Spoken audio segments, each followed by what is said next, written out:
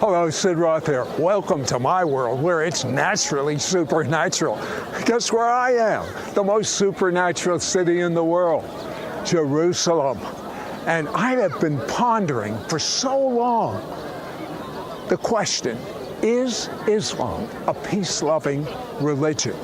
I mean, President George Bush, President Barack Obama, the Pope, the leaders of the world all say it is. Well, the best person I know to ask is a Messianic Jewish reporter that has lived many years in Israel and gets the Arab press and knows what's really going on. Is there a supernatural dimension? A world beyond the one we know? Is there life after death? Do angels exist? Can our dreams contain messages from heaven? Can we tap into ancient secrets of the supernatural? Are healing miracles real? Sid Roth has spent over 35 years researching the strange world of the supernatural.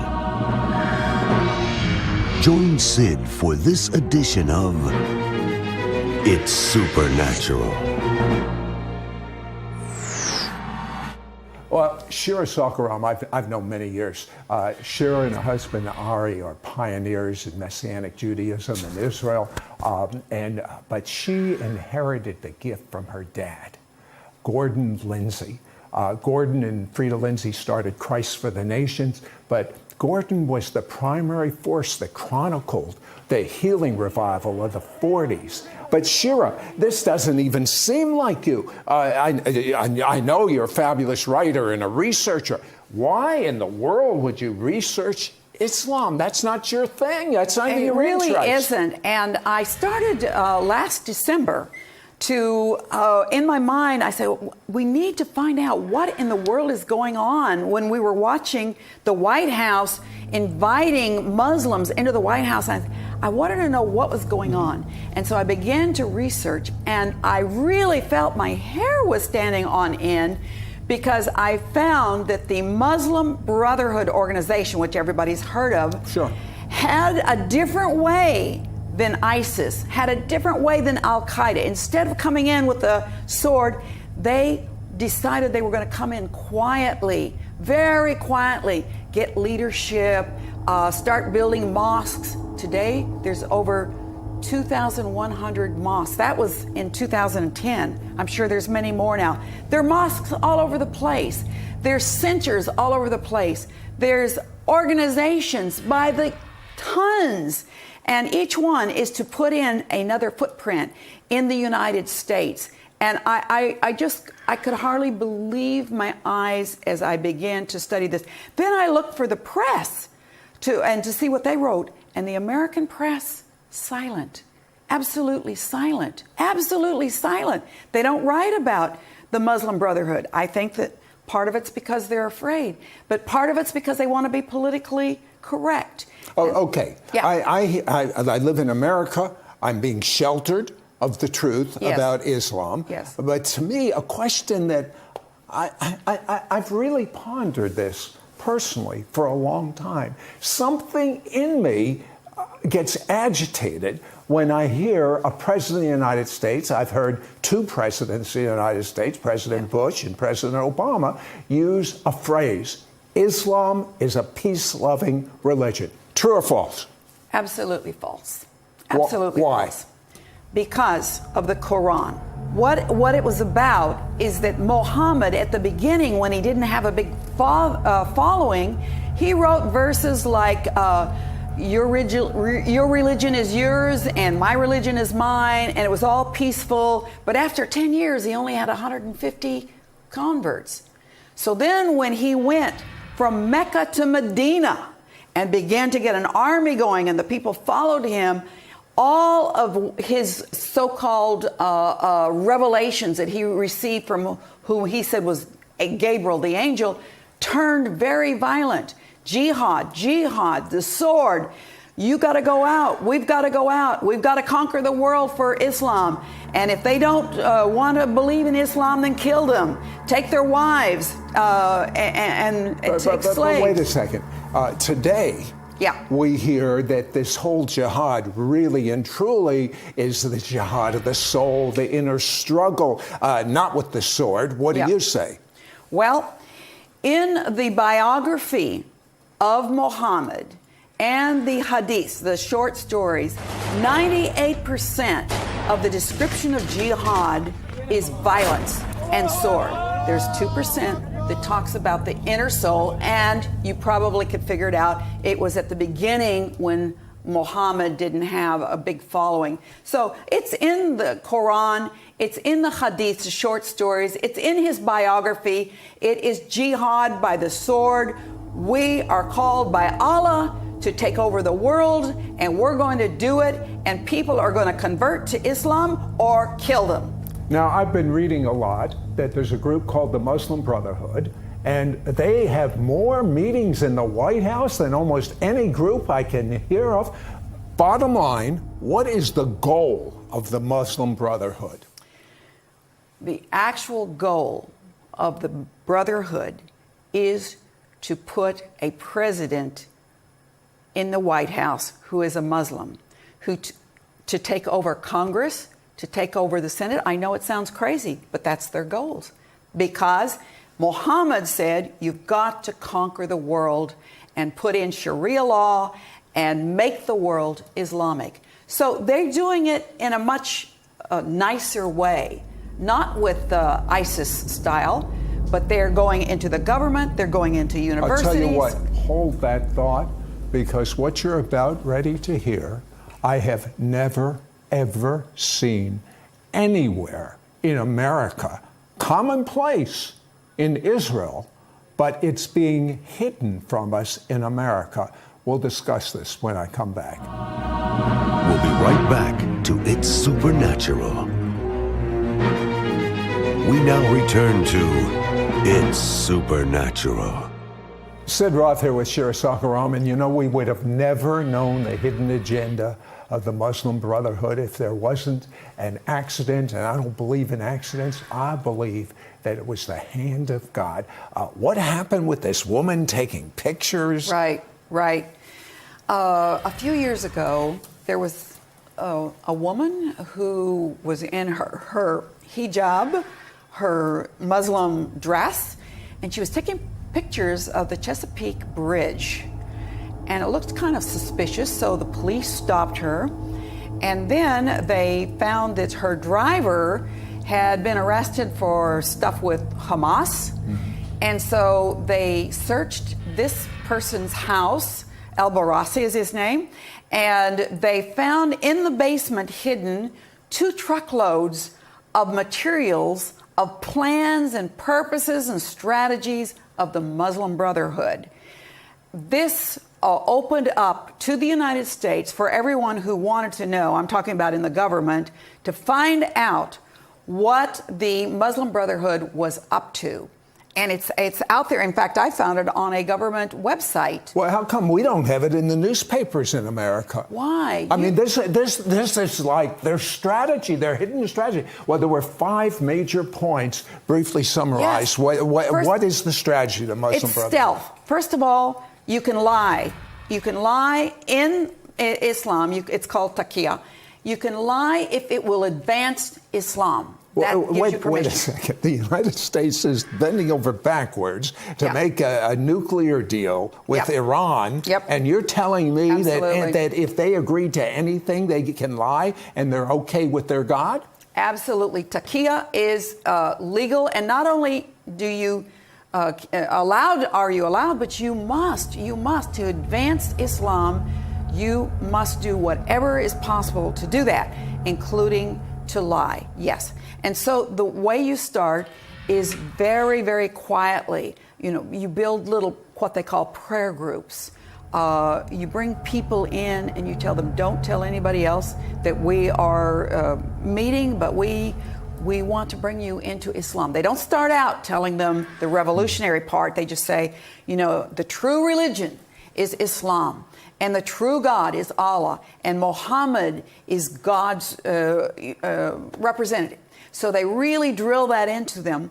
And then as they see somebody becoming very devout, they take him aside and begin to indoctrinate him that there is a very important job for every true Muslim to do, and that is to help make the world Islamic, a caliphate of Islam with Sharia law.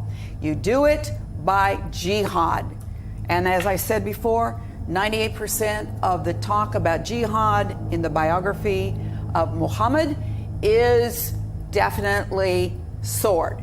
So tell me briefly their strategy. There were 5 points. Yes. Okay, so after you get these leaders and you start working with them quietly, you don't do anything, you don't do anything to cause a problem, but then you begin to work with the mass media, the newspapers, the TVs, and you explain to them what is true Islam. It's very nice, there's nothing bad about it, there's nothing, just these fanatics out here, you know. And so you get the press on your side. And then as the numbers grow and the converts come in and you put up more organizations, there's more organizations in Islam that you could possibly imagine in the United States. Hundreds and hundreds and hundreds of charitable organizations and all kinds of stuff. And then the next thing is to get into the universities and get your people in there, get your professors in there, and really push Islam. And you get congressmen in there, get Muslim congressmen, and then you get to a certain level where you have enough Muslims, then you can begin the pressure. If anybody speaks against Islam, you sue them, you talk about them, you say this is Islamophobia, and you work in that way in pressure. Get the government. They're working on laws, you know, to make it against the law to talk against Islam. There's no law that they're talking about to talk against Christianity or anything like that, just Islam. But the final goal then is to put in the White House a president, a Muslim president, and to turn the laws into Sharia law in the United States. 2 questions. Number 1, how close are we to their final goal, to have put a president in the White House? Well, in this house where they dug up these 2 truckloads of stuff, the people that were working on these plans said, well, we're going through 4. We're in the 4th one. 4th phase. The 4th phase. And they were thinking that by, now I didn't read that in this particular report, but I read where some of them are saying they feel like by 2050, they can have a president in the White House. Now, it could be sooner. It could be sooner. Okay, Sharia law. Briefly, very briefly. Right. What are the some basic elements of it? Basic elements is that a woman's testimony is only half as true as a man. A man can divorce his wife with 3 words, I divorce you. A woman cannot divorce. You can have 4 wives, and if you're conquering and bringing in conquered people, you can have all the slaves you want. The women are simply downtrodden. If a woman is raped, you have to have 4 men who witnessed it. Otherwise, it doesn't stand up in court. How could any woman ever want to be under Sharia law? I can't imagine. How could any sane human ever want to be under Sharia law? When we come back, wait till you hear the 2 smoking guns we're going to talk about. How they're invading the college campuses and winning, and how they're exploiting sex as a means for ISIS to get troops. Be right back. We'll be right back to It's Supernatural. If you love watching our It's Supernatural TV program, you can now watch hundreds of archive programs online, 24 hours a day, 7 days a week, on your computer, your smartphone, your iPad, or your favorite tablet. ISN will be the vehicle to equip you to being normal. Normal as defined by the Bible. Just log on to sidroth.org/ISN. We now return to It's Supernatural. Sid Roth here with Shira Sorko-Ram, and Shira, you tell me, based on your research, that American universities are opening their doors to the Islamic agenda. It's so hard for me to believe. What are they doing in universities? Well, here's an example. I saw a video where a pro-Israeli activist got a flag of ISIS and just put it around him and walked down the steps of one of the California universities. And as he did, the guys and girls going by, they'd say, "Oh, hi, bro, hi." And there was nothing against the ISIS flag.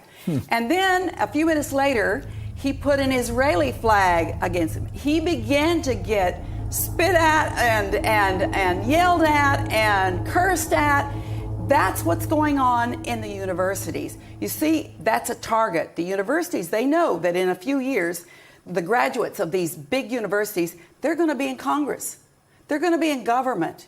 They're going to be the people who make the decisions for America. And so they have really, really targeted. As a matter of fact, I read in the newspaper just yesterday that there's an ISIS group right outside of Texas in Mexico training to invade the United States, and they're going to let the mafia type people in Mexico are escorting them into the United States. You told me about this sexual exploitation of ISIS, which is what is the big attraction of ISIS to these young men? Tell me briefly.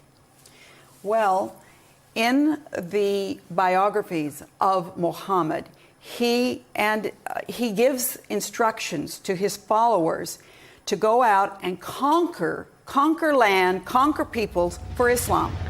And when you conquer them, all the possessions are yours. And the men you kill, if they're heathen, and you can actually rape the wives in front of the men before you kill them. It's right there. It's in there, his instructions. No, I've never heard this in the American press. No, you haven't. But where we are right at this moment, is Islam winning? It is winning in that it is increasing at a very rapid pace in America.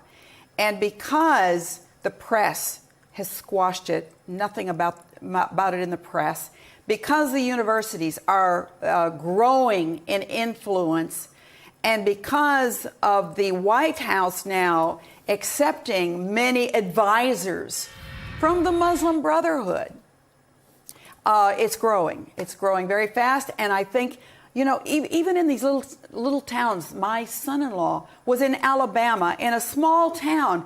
There was a huge center, Muslim center, and he was saying, what could such a big center be for such a little town? But they're going up, they're building all over the United States, putting their footprint all over the U.S., and they plan to take over. They really do. I just finished an article on the Shiite belief of the Mahdi, M-A-H-D-I, Mahdi. This is their version of their Messiah. Yeah. And they are working, Iran today, that is their central focus, is to bring the Mahdi back. The Mahdi's going to come when there's war and when people are really out there with the sword and jihad and killing the Christians and killing the rest of the heathen. Then the Mahdi's going to come. So that may be why they're pushing so hard to get nuclear bombs. Oh, I believe it. I believe it. Now, when the Mahdi comes back, according to the Shiites, Jesus is also going to come back. He's going to be the Mahdi's assistant. Well, that's and he's going to be a prophet, and he's going to come and explain how what people believed about him before as the Son of God is a lie. It's not true. And he's going to help the Mahdi convert the whole world to Islam. That is the Shiite belief. That's what's going on. Why do you say Israel's the key to understanding the end times? Because I have seen from my lifetime when a Christian leader or just layman doesn't understand God's plan for Israel, they don't understand the importance of Israel. They don't understand that Allah is not God. How do we know? Because God is the God of Abraham, Isaac, and Jacob. God is the God of Israel. So if we leave all that out, well, we're open to, well, Allah, maybe it's the same God, see? But Allah hates Israel. The God of Abraham, Isaac, and Jacob loves Israel. They're not the same God. So unless people are tuned into what the Bible says about Israel, Old Testament, New Testament, it says in Romans 11 that the day is going to come when Israel returns to God, and it's going to be like life from the death for the whole world. So Israel has to come to salvation at the same time, the great outpouring of God upon the world. I got news for you. We serve the living God. I want to concentrate on the good news. And the good news is He's coming back soon. He loves you.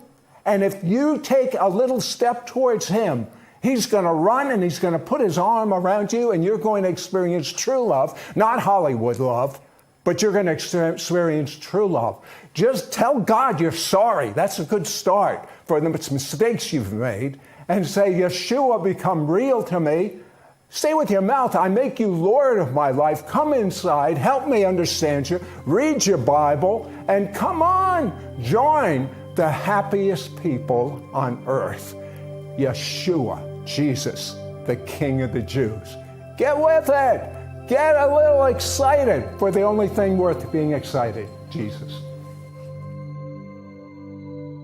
In 2010, I'm sure there's many more now. There are mosques all over the place. There's centers all over the place. There's organizations by the tons. And each one is to put in another footprint in the United States. And I could hardly believe my eyes as I began to study this. Then I looked for the press to see what they wrote. And the American press, silent. Absolutely silent. Absolutely silent. They don't write about the Muslim Brotherhood. I think that part of it's because they're afraid, but part of it's because they want to be politically correct. Oh, okay. Yeah. I live in America. I'm Supernatural. Well, Shira Sorko-Ram, I've known many years. Shira and her husband Ari are pioneers in Messianic Judaism in Israel, but she inherited the gift from her dad, Gordon Lindsay. Gordon and Frida Lindsay started Christ for the Nations, but Gordon was the primary force that chronicled the healing revival of the 40s. But Shira, this doesn't even seem like you. I know you're a fabulous writer and a researcher. Why in the world would you research Islam? That's not your thing. That's not your interest. It really interest. isn't. And I started last December to, in my mind, I said, we need to find out what in the world is going on when we were watching the White House inviting Muslims into the White House. I wanted to know what was going on. And so I began to research, and I really felt my hair was standing on end because I found that the Muslim Brotherhood organization, which everybody's heard of, Sure. had a different way than ISIS, had a different way than Al-Qaeda. Instead of coming in with a sword, they decided they were going to come in quietly, very quietly, get leadership, start building mosques. Today, there's over 2,100 mosques. That was in. Hello, Sid Roth here. Welcome to my world where it's naturally supernatural. Guess where I am? The most supernatural city in the world, Jerusalem. And I have been pondering for so long the question, is Islam a peace-loving religion? I mean, President George Bush, President Barack Obama, the Pope, the leaders of the world all say it is. Well, the best person I know to ask is a Messianic Jewish reporter that has lived many years in Israel and gets the Arab press and knows what's really going on. Is there a supernatural dimension? A world beyond the one we know? Is there life after death? Do angels exist? Can our dreams contain messages from heaven? Can we tap into ancient secrets of the supernatural? Are healing miracles real? Sid Roth has spent over 35 years researching the strange world of the supernatural. Join Sid for this edition of It's